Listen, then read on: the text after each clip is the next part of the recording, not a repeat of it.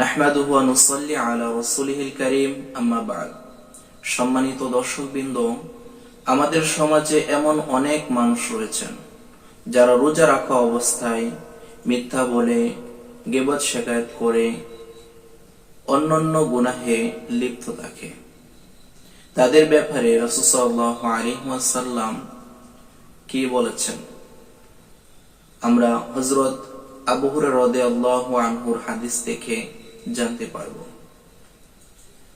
عن أبي هريرة رضي الله عنه قال قال النبي صلى الله عليه وسلم من لم يدع قول الزور والعمل به فليس لله حاجة في أن يدع طعامه وشرابه رواه البخاري।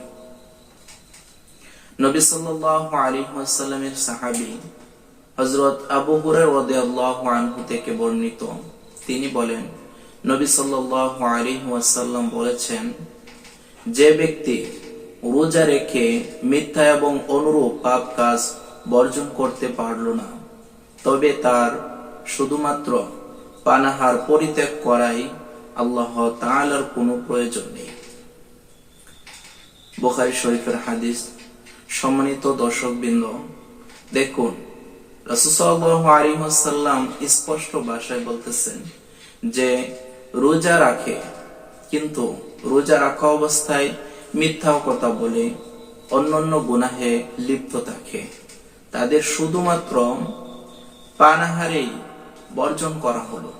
আল্লাহ তাআলার কাছে তাদের এই রোজার কোনো মূল্য নেই। আল্লাহ তাআলার কাছে যদি তাদের রোজা নামক ইবাদতের কোনো রকম মূল্য না থাকে, তাহলে তারা তো আল্লাহ তাআলার কাছে প্রতিদান পাবে না। সম্মানিত দর্শকবৃন্দ, আমরা যেহেতু রোজা রাখি, তাহলে আমরা রোজা অবস্থায় সকল প্রকার গুনাহ থেকে বিরত থাকব, গুনাহমুক্ত রোজা রাখি। তাহলে এর দ্বারা আমরা আল্লাহ তাআলার কাছে অনেক বেশি নেকি অর্জন করতে পারবো, আল্লাহ তাআলার কাছে মাগফিরাত পাবো, আল্লাহ তাআলার কাছে আমরা অনেক বড় একটা প্রতিদান পাবো। সম্মানিত উপস্থিতি, সম্মানিত দর্শকবৃন্দ, আসুন আমরা গুনাহমুক্ত রোজা রাখি।